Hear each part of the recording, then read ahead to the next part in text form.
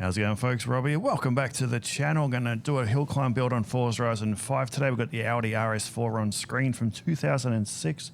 That's going to be today's dummy car we're going to build up. So we're going to do a run up the hill climb that I built about nearly 2 weeks ago now, something like that, roughly. Yep. The plan was to do a few videos using the hill climb because it's quite good fun. It's about 2 and a bit minutes, 3 miles or so to the top. Some, kind of some technical corners here and there. There's a few steeper hill climb sections. This being an A-Class all-wheel drive car, it's going to get to the top fairly well, but we're going to do a quick run with the stock car to see what it drives like, work out where we need to improve it, then we're going to build it up to a set power level. I'm thinking this one's going to be around maybe 500 horsepower. Standard, it's about 420. All-wheel drive, get a good launch. Let's see how we go as we work our way up to the top. Already is sensing a little bit of understeer. Granted, that wasn't a very good line I took through there, but you get the idea. It is not the heaviest car in the world, but we're going to try and take a bit of weight out so it's a bit more agile through some of these corners. There's a variety of corners, if you haven't seen the first video, that really, well, in my opinion, test out the cars. Just got to try. Remember, it's been a couple of days since I've been up here. Lucky I put the braking line on. Oh, there's a lot of understeer in this car. It does not want to turn in that well. That's a pretty tight corner back there. We work our way now into the fastest part of the track, through the fastest corner, through the checkpoint. So we work our way through the double tunnels, up to the switchback, nearly at the halfway point. This is a tricky bend because that little kink in the track back there where the track sections mean it's a bit bumpy. You can get a bit airborne with faster cars, but this car did it okay. Yeah, I definitely want to make this thing turn in a little bit better. It feels quite heavy. It's got 420 horsepower and all drive, so it should be quicker than this. But again, we're just going to take out a bit of weight so it's a little bit more agile. All right, did that part. Oh God, it just doesn't. I've had to release the throttle to get this thing to turn. Very heavy steering in the RS4. So we will change that out. This is one of the trickier corners in the game because it produces a lot of understeer and oversteer depending on what you're driving.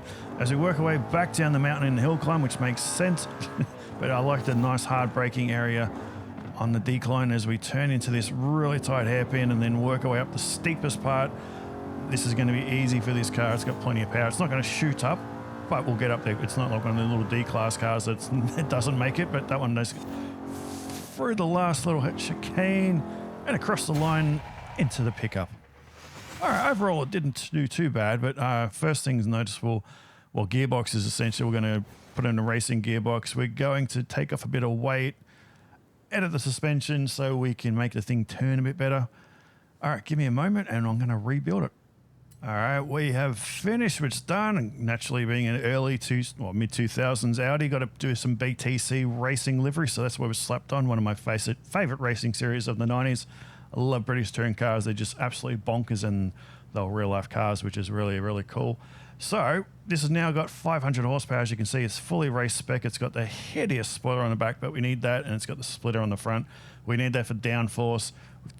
Yeah, up to 500 horsepower. It's not built up to the top of S1 class, as you can see, because I'm going to be doing these hill climbs to a horsepower rating instead of to the top of the to the top of S1 or whatever it's going to be. So yeah, 500 horsepower. It took out a little over 300 kilograms, which is quite a lot of power. Of everything that's raceable, race part and tunable is installed in the car. I've done a base tune on the car, just driving around on Rally Adventure map, and I'm pretty happy with the way it feels now. It's a lot more agile. It's a lot quicker. Obviously, it's 500 horsepower. It's not the most powerful thing in the world, but I think it looks pretty good. Granted, the wing's crap, but it is a very basic livery, but it's very iconic from BTC days in the 90s, early 2000s. So we're going to go racing in it now. Hopefully, we can get to the top of the mountain a lot faster than the standard car does. All right, just to prove this tune is mine, we're actually in it right now. As you see, the gearbox has been overhauled completely. 226 km/h top speed. Doesn't sound like much, but for a hill climb, we need as much acceleration. There's only 2 longer straights in this track, and as long as you're in a red line on those, we should be okay to go. Got the roll bars inside only because it's a race car. You got to put them in. Normally, my builds, I just do the chassis strength. But you don't often need them, but I just wanted to look because it's a hill climb. Acceleration at the moment is incredibly more responsive than the standard car. This is the first time I've driven this thing uphill. Oh God, it turns in so much quicker. I did the building and testing of tuning of this car on some of the windy roads on the Rally Adventure map, and already this is so much quicker and more responsive than the other one. We're nearly at 200 clicks down here, and about 180, kind of slowed down a little bit. Braking is so much better around here. Yeah, now that you tune the gears, this is the biggest thing is getting this thing to accelerate more. Yeah, it wants to throw itself around the corner. It feels a lot more lighter and agile compared to what it was before. Taking off nearly 300 or so kilograms is a massive weight loss. And just, I ran a bit wide there. That was me. That wasn't the car. So we work our way up to the mountain. We're going to blitz the time set by the standard car. Not even going to be close as we clip the fence. So far, no signs of understeer. Again, that was just me running a little bit wide.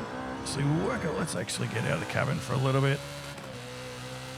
The engine is screaming its tits off down here, hard on the brakes, around the last bend, climbing up the hill.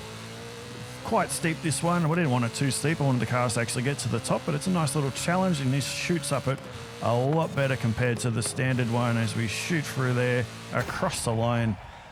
That was a lot quicker. It saved over 20 seconds. Wow. That's just what a few upgrades can do. That is quite impressive compared to what it was standard, with some problems. And I think if you change the wheels, that could potentially be, and change some suspension setups, that could be a potentially decent rally car as well. But overall, I'm pretty happy with that. It's only just going to be a nice little short video, but I quite enjoy doing the hill climb. I just wish there was more hill climb events on the main map, but there's not. So I had to make my own one. So next video, I'm going to be going back onto Forza Horizon 1. We're going to continue the little playthrough on that one as well.